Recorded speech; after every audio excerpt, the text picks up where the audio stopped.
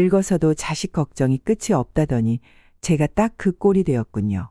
올해 72살이 된 김씨 할머니는 작은 시골집에서 홀로 생활하고 계셨습니다. 남편은 오래전에 세상을 떠났고 오직 하나뿐인 아들이 그녀의 전부였습니다.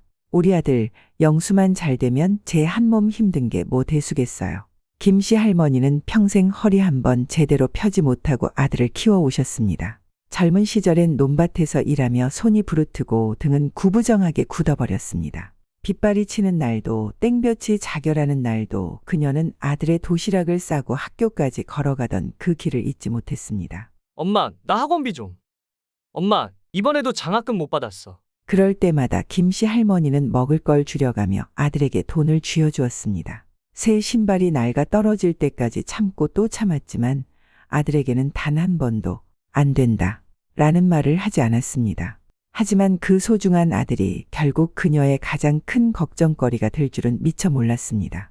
영수 씨는 결혼도 하지 않은 채 어머니의 집에서 함께 지내고 있었습니다. 직장도 없이 곧 사업을 시작할 거라며 하루 종일 방에서 인터넷만 하곤 했습니다. 김씨 할머니는 그런 아들이 안타까웠습니다. 그러던 어느 날 아들은 다급한 표정으로 돈을 빌려달라고 했습니다. 어머니, 이번 한 번만 도와주세요. 정말 마지막이에요. 이 기회를 놓치면 평생 후회할 거예요. 사실 이런 부탁은 처음이 아니었습니다.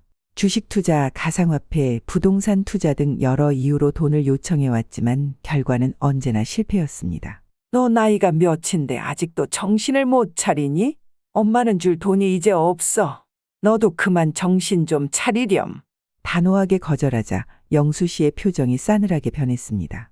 그럼 집이라도 담보로 대출받아 주세요. 저한테 투자한다고 생각하시면 돼요. 그 순간 김씨 할머니는 무언가 잘못되었다는 걸 깨달았습니다. 이 아이가 더 이상 내 걱정거리가 아니라 내 인생을 갉아먹고 있는 건 아닐까. 그날 밤 김씨 할머니는 한숨도 자지 못했습니다. 내가 도대체 뭘 잘못했을까? 어쩌다가 내 신세가 이렇게 됐을까? 그녀는 밤새도록 남편의 영정사진을 쓰다듬으며 흐느꼈습니다. 당신, 나 이젠 정말 모르겠어요.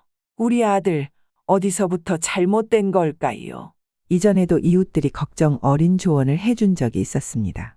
김씨, 자제분이 요즘 이상한 사람들과 어울리는 것 같던데 혹시 자제분이 몰래 빚이라도 지신 건 아닐까요? 그때까지만 해도 대수롭지 않게 넘겼지만 이번에는 불길한 예감이 들었습니다. 다음 날 집을 정리하던 중 우연히 발견한 한 통의 편지가 그녀의 손을 덜덜 떨리게 만들었습니다. 대출 연체 금액 5천만 원이라는 최종 독촉장이었습니다.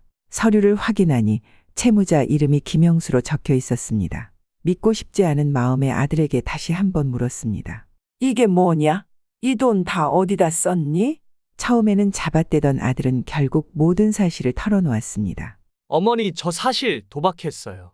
그 순간 김씨 할머니는 온몸에 힘이 빠져나가는 듯했습니다. 이제야 모든 게 이해가 되는군. 이 아이는 나를 ATM처럼 생각하고 있었던 거야. 하지만 아들은 멈추지 않았습니다. 어머니, 이번 한 번만 도와주시면 정말 다시 시작할 수 있어요. 그러나 더 이상 흔들려서는 안 된다고 생각했습니다. 이제는 내가 너를 돕는 것이 아니라 망치는 길이야. 이렇게 살다가는 내 남은 여생도 지옥이 될 거야. 김씨 할머니는 몰래 법률 상담을 받았고 결국 자식과의 인연을 끊기로 결심하셨습니다. 호적 정리 절차를 진행하시겠습니까? 네, 진행해 주세요. 그 후 김씨 할머니는 집을 팔고 작은 요양원으로 들어가시면서 마지막으로 아들에게 편지를 한 장 남겼습니다. 영수야, 엄마는 더 이상 너에게 휘둘리지 않겠다. 네가 진정한 반성을 하고 돌아오기 전까지 다시는 나를 찾지 말아라. 그렇게 38년 동안 지켜온 가족을 그녀는 스스로 끊어내버렸습니다. 몇 개월 후 영수 씨는 요양원으로 찾아왔습니다. 하지만 김씨 할머니는 문을 열어주지 않았습니다. 어머니, 저 이제 정신 차렸어요. 정말 미안합니다. 이제야 어머니가 제 곁에 있을 때 잘해야 했다는 걸 깨달았어요. 그녀는 조용히 문을 바라보았습니다. 늦었구나, 영수야. 이제 내 남은 삶은 나 자신을 위해 살고 싶구나. 아들은 문 앞에서 한참을 서 있다가 결국 떠났습니다.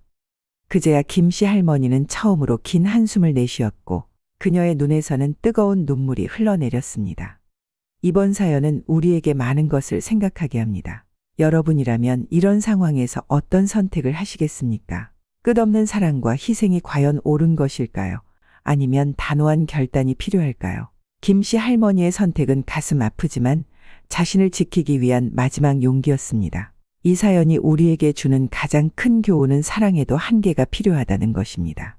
부모의 사랑은 끝이 없지만 그 사랑이 자식을 망치는 길이 되어서는 안 됩니다. 때로는 단호한 결단이야말로 진정한 사랑일 수 있습니다. 이 이야기를 통해 다시 한번 돌아보게 됩니다. 나는 지금 내 가족과 어떤 관계를 맺고 있는가? 나의 사랑이 정말 상대를 위한 것인가? 아니면 스스로를 희생하는 길인가? 늦기 전에 깨달아야 합니다. 사랑하는 사람에게 진심을 다하는 것만큼 그 사랑이 올바른 방향인지 돌아보는 것도 중요합니다.